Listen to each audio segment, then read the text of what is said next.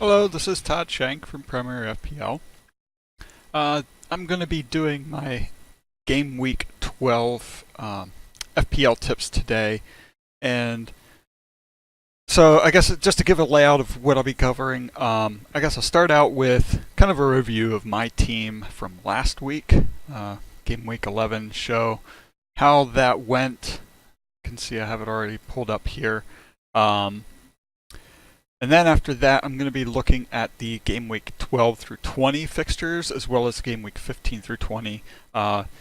Just want to focus on looking at planning ahead, and I want to stick with that for today for my Game Week 12 tips, is looking at planning ahead and preparing for the upcoming fixtures.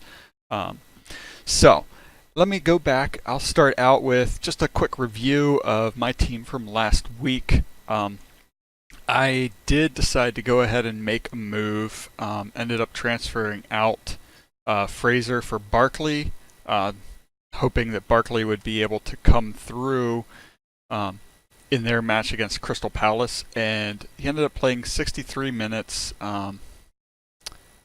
And just got the 2 points. Really didn't do a whole lot in the match, so that was really disappointing.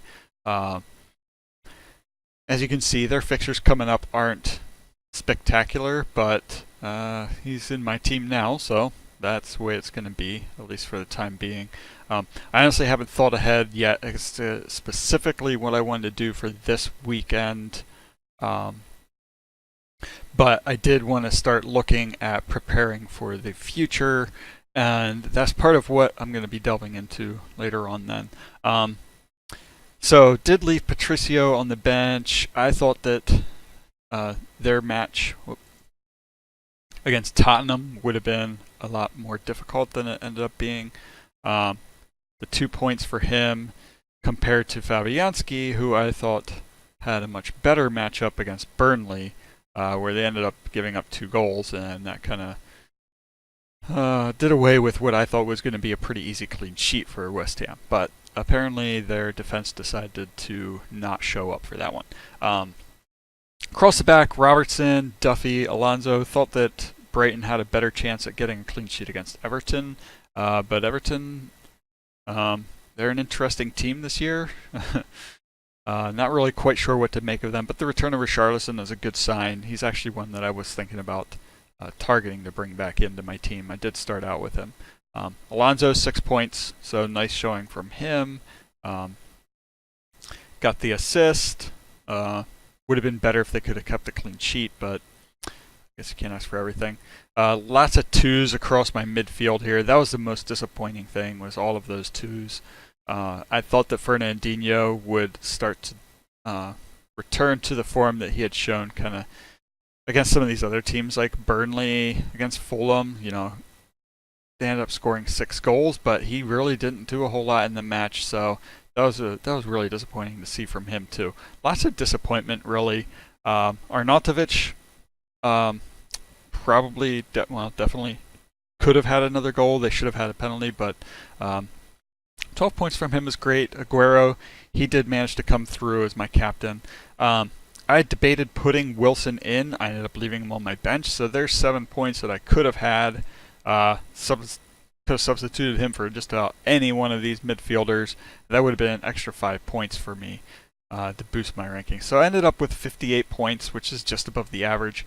I mean, not great, but definitely could have been worse. Yeah, definitely could have been worse. So, all right, now I honestly haven't done as good a job planning ahead as I had planned to at the start of the season. I did have a game plan set out for about the first 5 or 6 game weeks. Some of that fell apart a little bit with Richarlison, his red card, Mendy's injury. Those were 2 of the things that really set me back. And kind of got away from my game plan. The other part that really took away from my game plan was the week where I forgot to transfer Hazard in. So since then, I've just decided to keep my team the way it is, not bother bringing in Hazard for Salah, mostly because of Salah's fixtures coming up. But yeah, so my plan kind of fell apart, and I really need to reset get a better game plan going forward. Now, the primary reason for doing that is because of these fixtures coming up here, right here, game week 18, 19, and 20. Those are going to be huge. You have it on the 22nd, 26th, and 29th. 3 quick matches in succession. The Christmas period is known for being brutal for teams. It's known for being brutal for fantasy teams. So I really want to have my team prepped and ready to go for that week. So that means I'm really going to have to lay out a good plan of what I'm doing. Now, the one thing I'm really targeting is figuring out when I'm going to do my wild card, considering sometime in this like 13 through 15. We'll see how things play out. Do have a plan at the very least to do it by game week 15, looking into game week 16. So, as you can see here, I didn't really have the time to go through all of the matches and put in my own difficulty ranking. So I took what the FPL has for their difficulty ranking and just went ahead and put it into my own format here, and then took it to lay it out to see which teams have the easiest and the most difficult matches coming up. Now you can take it for whatever it's worth to you. Personally, I don't know that I really want to have any Huddersfield players in my team, despite it looking like they have a good run of fixtures. Same thing with Cardiff and even Newcastle. Like, I don't know that I really am ready to jump on board with any of those teams, but I will say that the one thing to consider is looking at some of those lower price players to see if you can fit one of them in. If they do get playing time, then you stand a good chance of picking up some extra points from them. The difficulty here is looking at these fixtures right in here that Huddersfield, Brighton, Cardiff, Newcastle don't really have great fixtures, but you could look at maybe a Newcastle against Fulham, Huddersfield against Fulham, target some of these areas for a Newcastle Huddersfield trade-off, because there are going to be players that are going to be rested in this period of time between the 22nd and the 29th. So definitely a good time to take a look at planning ahead, figure out what it is that you want to do. All right. So some teams that I would say that are worth targeting. Definitely West Ham. West Ham, they come out here on top, and I agree with that one. The most difficult match that they have anywhere in here is this Man City at home match, and even that, I mean, Man City hasn't had like the greatest success in keeping everybody out, especially when they're on the road. So that's an interesting one that West Ham could still get a goal, especially someone like Arnautovic, who is a talismanic player. You never know when he's going to get a goal. So I don't really plan to bench him for that match. And even some of these matches, here Cardiff at home is a really good one for maybe even looking at Arnautovic as a captain. So I'm planning to keep Arnautovic for those matches coming up. Liverpool here, they have some decent fixtures coming up through this whole period here. So I guess if you break it down for game week 12 through, so look at 12 through 15, 15, 16, somewhere in here. Some teams to target: West Ham, Liverpool have some great fixtures in here, even through 16. Tottenham, they're not so great up through game week 15, but I would say looking at them for 15 on is a great chance to pick up some points. Interesting to see Fulham in here as high as they are, and I think the main thing is because of this holiday period where they don't look too bad. Mitrovic has really dropped off. I don't know if he'll be able to pick it up in this period here against teams like Liverpool, United, Chelsea, but could be a good time to look at him for the Christmas period. Leicester, their two hardest matches are Man City and then Chelsea away. Tottenham at home is not too bad.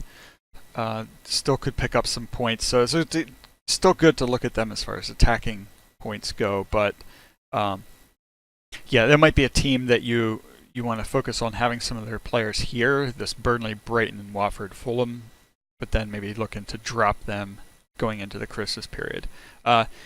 United, their Christmas period is going to be interesting. The biggest issue that I have is the worry about rotation. They've been half decent lately in terms of scoring goals, but they don't really pass the eye test for me. They still look, insipid too often, and it's only at the end of these matches where they're really starting to turn it on. And I think that's just the players kind of pulling themselves up. Yeah, I don't trust them, and I don't plan to bring any of them into my team. Yeah, they have some decent fixtures in here. You want to look at someone like Martial if he continues to get game time. The only issue is going to be, where are they going to be rested? This area right here, they have some good fixtures, but I don't trust that the players. I don't trust that Rashford, Martial, Pogba, Lukaku. I don't trust that they're going to be playing in all of these matches. So it's hard to say that I would recommend any of them. Wolverhampton, again, they are down here near the bottom, and that is seems like a good place for them to be. Maybe move them up a little bit higher. They do have Huddersfield, Cardiff. It might be a good time to look at. You could hang on to some of these Wolverhampton players, slot them in, bench them against teams like Chelsea, Liverpool, Arsenal, or Tottenham, something like that. Arsenal is a team.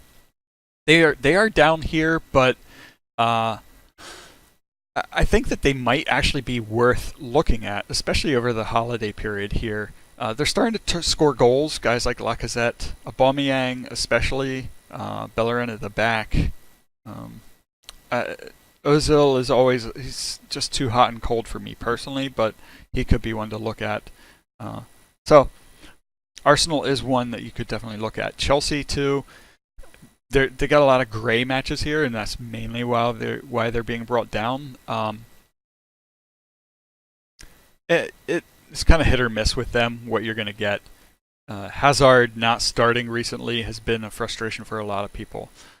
So it's kind of a matter of whether they're going to start or not. I would say to definitely keep Alonso if you have him.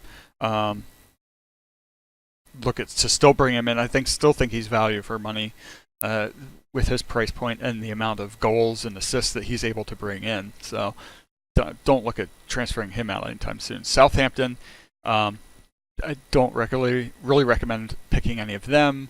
Watford have some tough fixtures in here, but they're a team that has also kind of they've looked good at times, they've looked poor at times, kind of hit or miss about who's going to show up. I would say that they're probably a decent team against someone like Southampton, even Leicester, Everton, a lot of these gray matches, but it's against these red matches that I'm not so sure that they're going to really show up for that. Bournemouth, their fixtures get much tougher in here. Arsenal, City, Liverpool, Tottenham, United again. Not a great time for them, but Callum Wilson, where he is at with his price point here, 6.7 is still not bad for a guy who has already scored 6 goals this season. Scored the one against United, but other than that, he hasn't really done it against the big teams he's come up against. Albeit it's only one other big team that they've played, but that one was a 2-0 loss.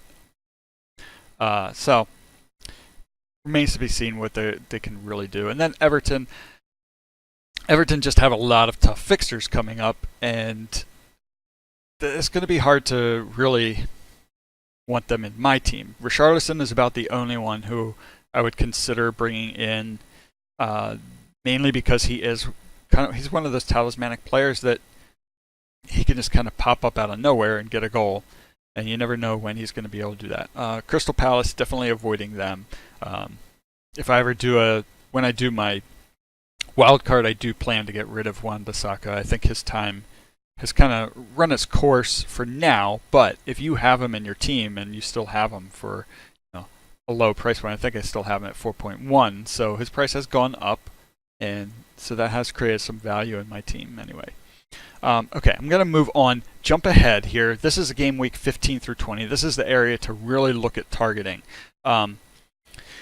This is where my plan is going to shape up, looking at bringing in more of these Tottenham players for this string of fixtures here. Even Harry Kane, who in the past has basically played all through Christmas, shown that he has been able to score during that time. So historically speaking, he is a great player to have over this next month and a half here. So looking at targeting Tottenham, West Ham, still you can't really get away from City players, but Arsenal is the other team to target in this period.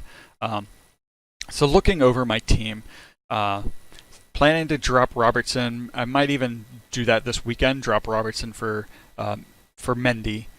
That's the one that I'm thinking of doing. I think it's still good to keep Alonso and Mendy in there. It's just a matter of who you're bringing in for to keep that Robertson, Alonso, Mendy group in there. Guys like Trippier is a good one.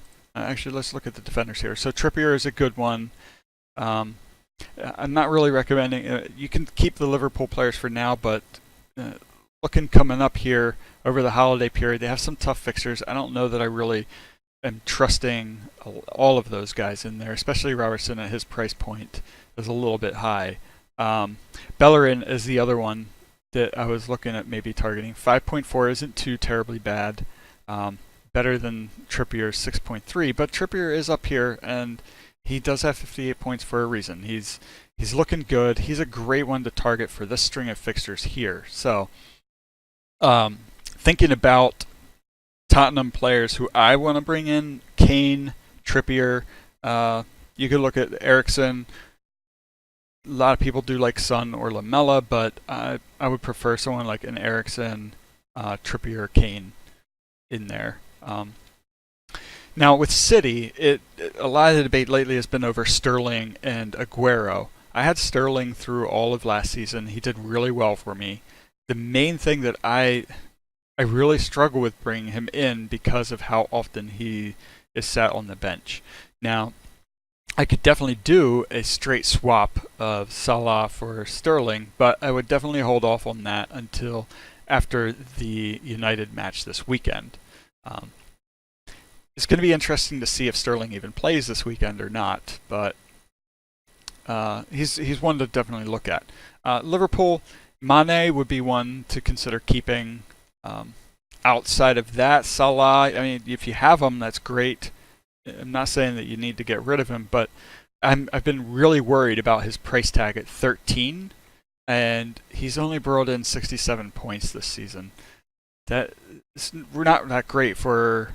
He is second points scorer for midfielders, but still at 13 million, he should be at the top of all of the points.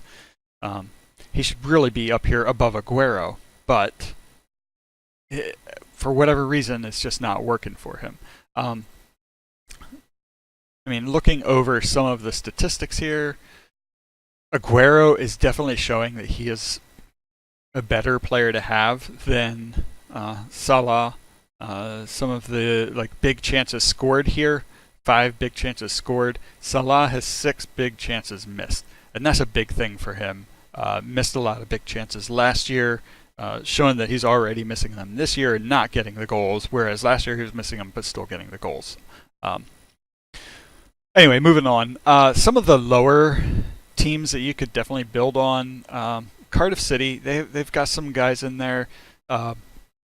Throw in Murphy, Camarasa, just to kind of be able to have players who are playing, maybe getting some points, but at their lower price point, frees up the space to have Sterling, Kane.